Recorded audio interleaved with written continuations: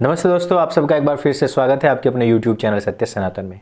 आज हम बात करने वाले हैं एक ऐसे कानून की जो कि इस्लामिक कानून है और जो वैवाहिक बलात्कार को सही ठहराता है। दूसरी बात, मैं आज बात करूंगा आप लोगों के साथ में इस्लाम में नारी की दुर्गति, अमर स्वामी प्रकाशन की ये पुस्तक है और इस पुस्तक में बहुत ही अच्छे से और डिटेल में तकरीबन 80 पेज की ये पुस्तक है और इस पुस्तक में बताया गया है कि किस प्रकार से इस्लाम में नारी की दुर्गति है। इस पुस्तक को आप ऑनलाइन मंगवा भी सकते हैं और इसी के साथ ही साथ आप अमर स्वामी प्रकाशन विभाग की बहुत सारी पुस्तकें हैं उनको भी मंगवा सकते हैं। इस पुस्तक का मैं रेफरेंस लूं उससे पहले मैं आप लोगों को याद दिलाना चाहता हूं कि मेरी जो जी न्यूज़ पर लास्ट डिबेट थी उसमें साद सरनेम से एक महिला आई हुई थी और उसने कहा था कि ये हम पैट्रियार्की क्यों कर रहे हैं कि लड़कियों को, महिलाओं को ही सिर्फ सिक्योरिटी की आवश्यकता है। सिक्योरिटी की तो सबको आवश्यकता है। यानी कि एक इस्लामिक नारी पैट्रियार्की की बात करती है, पितरात्मक सत्ता की बात करती है, वो इस्लाम जहां पर केवल और केवल जो भी अधिकार हैं वो पुरुषों को ही प्राप्त हैं। जैसे कि स्त्री का चयन करना वो पुरुष का काम है, स्त्री पुरुष का चयन नहीं कर सकती है। दूसरी बात, तलाक देने का जो अधिकार है वो केवल और केवल पुरुष को है, स्त्री तलाक नहीं दे सकती है। हलाला केवल स्त्री का होगा, यानी कि दिमाग जो खराब हुआ है, मन जो बिगड़ा है वो पुरुष का बिगड़ा है, तलाक दिया है पुरुष ने स्त्री को, स्त्री की कोई गलती नहीं है, गलतफहमी हुई है पुरुष को, लेकिन स्त्री की कोई गलती नहीं है। लेकिन हलाला किसको करवाना पड़ेगा? महिला को करवाना पड़ेगा। और जब तक करवाना पड़ेगा जब तक कि हलाला करने वाला व्यक्ति उससे संतुष्ट होकर के उसको दोबारा तलाक ना दे दे। यानी कि इस्लाम में दोगलेपन की कोई लिमिट नहीं है। और ये मोहतरमा जो आई थी वो अपने आप को इस्लामिक स्कॉलर टैग के साथ में लेकर के आई थी। पैट्रियार्की के नाम पर, और मैं कितनी बात कर दूं यहां पर, कम पड़ेगी। आप ये देखिए कि इस्लामिक किताबों के अनुसार महिला को जन्नत में कोई स्थान नहीं है। कहीं पर नहीं लिखा है कि महिला को जन्नत मिलेगी, और कहीं पर यदि लिखा है और कोई मुझे दिखाए तो मुझे यह भी बताए कि महिलाओं को जन्नत में क्या मिलेगा। शराब के बहते हुए दरिया मिलेंगे, नरम पक्षियों का गोश्त मिलेगा, या खजूर मिलेंगे, या अंगूर मिलेंगे, या उनको भी 72 मर्द मिलेंगे। क्या मिलेगा? डिटेल में नीचे कमेंट में आकर के बताने का प्रयास करें। और वो महिलाएं जो अक्सर कर कहती हैं कि इस्लाम में बराबरी है, पैट्रियार्की के ऊपर जो बड़ी बड़ी बातें करती हैं, अर्थात रटी रटाई लाइन जो जेएनयू ने बना दी उनके ऊपर बात करती हैं, उनके लिए आज का वीडियो अत्यंत महत्वपूर्ण है। आजकल एक वीडियो जो है बहुत वायरल हो रखा है। इसमें कनाडा के एक इस्लामिक कल्ट गुरु को इस्लाम के संदर्भ में वैवाहिक बलात्कार को सही ठहराते हुए हमने देखा है। वीडियो में दिखाई देने वाले जो मौलवी हैं उनका नाम है शब्बीर अली। वो कनाडा में इस्लामिक विद्वान हैं और वहां के इमाम भी हैं। इस विवादित वीडियो का टाइटल है the historical roots of female slavery. हालांकि इस वीडियो को सितंबर 2016 में पोस्ट किया गया था, मगर हाल ही में एक एक्स मुस्लिम नॉर्थ अमेरिका नाम का जो ट्विटर हैंडल है उसने इसको शेयर किया। और उसके बाद में भारतवर्ष में भी बहुत सारे ऐसे ट्विटर हैंडल्स हैं जिन्होंने इस वीडियो को शेयर किया है।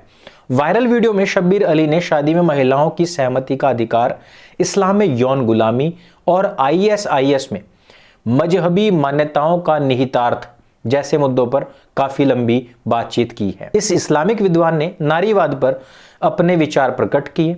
इस्लामिक शिक्षाओं का हवाला देते हुए शब्बीर अली ने कहा कि निकाह में महिला की मुख्य जिम्मेदारी अपने पति की यौन जरूरतों को, जो उसकी सेक्सुअल डिजायर्स हैं, केवल उनको पूरा करना होता है। इसी वजह से यह जो संभोग का जिक्र करते हुए बताता है कि पति का अधिकार है कि वह इसके लिए दावा करता है, महिला इसके लिए कभी भी मना नहीं कर सकती है। यह दावा करते हुए उसने इस्लामी निकाह में सहमति की अवधारणा को पूरी तरीके से ताक पर रख दिया है।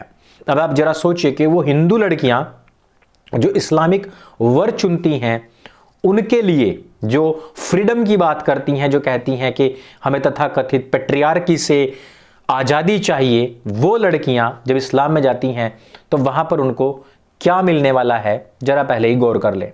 इसके अलावा उसने कुरान के व्याख्याकारों का भी हवाला देते हुए दावा किया कि इस्लाम के आलोक में वैवाहिक बलात्कार को भी उचित ठहराया गया है।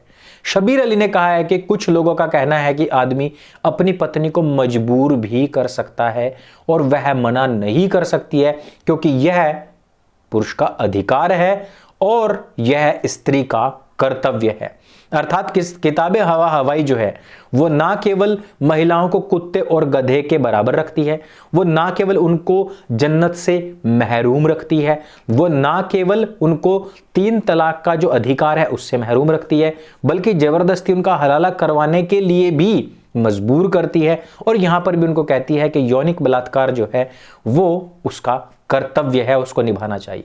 फिर उसने ये भी दावा करके इसमें इसे तुच्छ बताने की कोशिश की कि वैवाहिक बलात्कार तो एक आदर्श स्थिति है, और आगे यह भी कहा कि महिलाओं का एक कर्तव्य है वह सभी परिस्थितियों में सहयोगी बनी रहे। शब्बीर अली ने यह बात जोर देते हुए कहा कि जब उसका पति उसे उस विशेष काम के लिए कहता है तो उसको पूरी तरीके से तैयार हो जाना चाहिए। उसने कहा कि पैगंबर मोहम्मद ने कहा है कि अल्लाह पुरुषों की हरकतें तब देखता है जब उनका महिलाओं पर अधिकार होता है। इतना ही नहीं, अली ने यह भी दावा किया कि महिलाएं उनके साथ गुलामों की तरह ही होती हैं। इस वीडियो के एक अन्य भाग में उसने इस्लामिक दृष्टिकोण के बारे में बात करते हुए कहा, एक मुस्लिम व्यक्ति के एक ही समय में कम से कम 4 बीवियां हो सकती हैं। 4 बीवियों के अलावा उसके पास असीमित संख्या में रखैल जो होती हैं वो हो सकती हैं, जो मूल रूप से गुलामी वाली महिलाओं को संदर्भित करती हैं। अर्थात जहां एक तरफ पुरुषों को आजादी है। अब आप ये जरा सोचिए कि यौनिक सुख प्राप्त करने के लिए एक इस्लामिक पुरुष को केवल यही दिखता है कि वो 4-4 बीवियां रख ले। अर्थात जब वो तादाद में बीवियां रखता है तो प्यार उसका बढ़ जाता है। अर्थात प्यार तो किसी से भी है ही नहीं, केवल और केवल जो उसके इंद्रिय भोग है उसके लिए स्त्रियों को रखा गया है, उसके लिए उसका कोई ऐसा विपत्ति काल नहीं आ रहा है।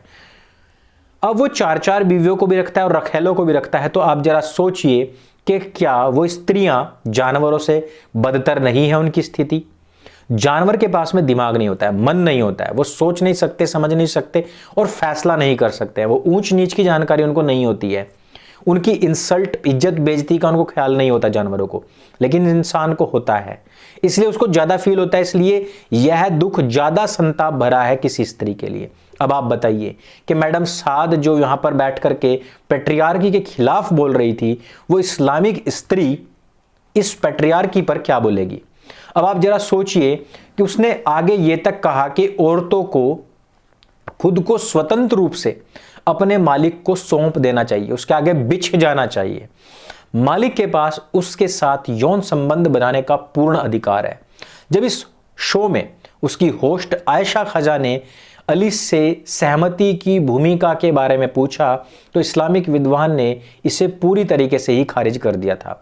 उसने कहा तथ्य यह है कि स्वामित्व में है, तथ्य यह है कि वह स्वामित्व में है, उसे सहमति का अधिकार या अपने मालिक को रोकने का अधिकार बिल्कुल भी नहीं है।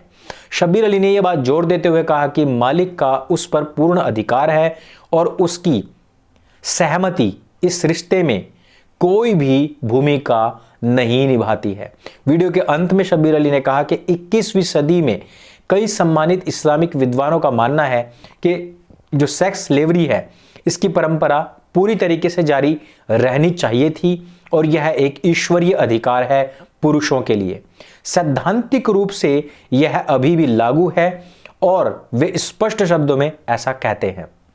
अगर आज मुस्लिम और गैर मुसलमानों के बीच में युद्ध होता है और मुसलमान गैर मुस्लिम महिलाओं को पकड़ लेते हैं तो उन्हें गुलाम बना लिया जाएगा और पुरुषों को उनके साथ यौन संबंध का पूर्ण अधिकार होगा। यह इंटरव्यू इस बात को दर्शाता है कि इस तरह के विचार आज भी संप्रदाय विशेष के कई लोगों में शेयर किए जाते हैं और जहां पर स्पष्ट तौर पर कहा जाता है कि जो काफिर महिलाएं हैं उनको उठा लिया जाए और उनको सेक्स स्लेव बना लिया जाए। किताबे हवा हवाई भी इस तरीके के संकेत करती है कि जो काफिर महिलाएं होती हैं उनको अपना सेक्स स्लेव बना लिया जाए। बहुविवाह प्रथा के विषय में कुरान पारा 4 सूरा अल निसा आयत संख्या 3 स्पष्ट तौर पर आदेश करती है, और तुम्हारी माताएं, बेटियां और तुम्हारी जो दूध शरीकी बहनें हैं वो केवल तुम पर हराम है। निसा की ही आयत 33 इस बात को कहती है, बाकी कोई भी तुम पर हराम नहीं है। कुरान में बीवियां बदलने तक का आदेश कहा गया है, जो सूरा निसा आयत संख्या 20 में आप लोगों को पता लगती हैं। और इस तरीके की बहुत सारी आपको आयतें इस पुस्तक में मिल जाएंगी। इस तरीके से आप साहित्य पढ़ते रहिए, सत्य सनातन को देखते रहिए। हम आप लोगों को बताते रहेंगे कहां पर किस प्रकार से, किन आयतों के जरिए और किन इस्लामिक इन कल्ट गुरुओं विद्वानों के जरिए काफिरों के ऊपर बड़े हमले, बड़े खतरे मंडरा रहे हैं। इस वीडियो को ज्यादा से ज्यादा शेयर अवश्य कीजिए। मेरे संग बोली सत्य सनातन वैदिक धर्म की जय। जय हिंद, वंदे मातरम।